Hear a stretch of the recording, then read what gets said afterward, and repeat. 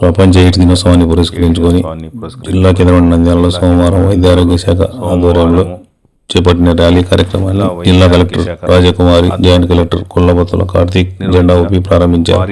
ఈ సందర్భంగా విద్యార్థులు అధికారులతో ప్రతిజ్ఞ చేయించారు. అనంతరం ర్యాలీని కలెక్టరేట్లోని పీజీఆర్ఎస్ హాల్ నుండి జిల్లా సర్వజన ఆసుపత్రి వరకు నిర్వహించారు.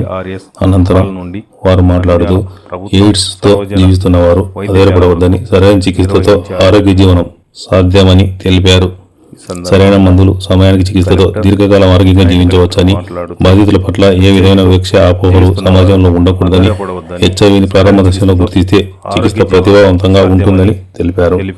కార్యక్రమంలో జిల్లా వైద్య ఆరోగ్య శాఖ అధికారి డాక్టర్ వెంకటరమణ, జిల్లా లెప్రసీ టీవీ ఎయిడ్స్ నివారణ అధికారి డాక్టర్ శారదాబాయి, అధికారులు, సిబ్బంది పాల్గొన్నారు.